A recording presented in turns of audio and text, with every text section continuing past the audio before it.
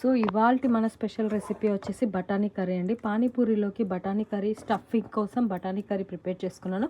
మనం పానీపూరి కోసం 3 టైప్స్ అయితే చేసుకోవచ్చండి. నేనైతే చెన్నా కర్రీ చేసుకుంటాను, చెన్నాలు నానబెట్టి చేసుకుంటాను. అలాగే బఠానీ కర్రీ కూడా చేసుకోవచ్చు అండ్ అలాగే ఆలూ స్టఫ్ కూడా చేసుకోవచ్చు అనమాట. చాలా సింపుల్ అండ్ ఈజీ ప్రాసెస్ అండి.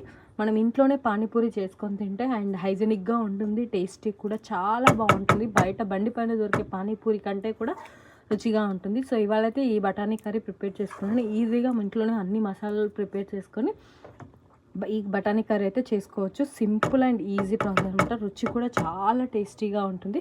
సో మరి మీ అందరికీ ఈ బఠానీ కర్రీ వీడియో నచ్చితే మీరు కూడా మీ ఇంట్లో ఇలా ప్రిపేర్ చేసుకొని తినండి. ఒకసారి ట్రై చేసి చూడండి, చాలా రుచిగా ఉంటుంది. ఈ వీడియో నచ్చితే ప్లీజ్ లైక్ చేయండి, షేర్ చేయండి. అలాగే మన ఛానల్ని సబ్స్క్రైబ్ చేసుకొని పక్కన ఉన్న బెల్ ఐకాన్ని కూడా క్లిక్ చేసేయండి. Thank you so much for 1K అండి. మీ అందరి సపోర్ట్ ఇలానే ఉండాలి.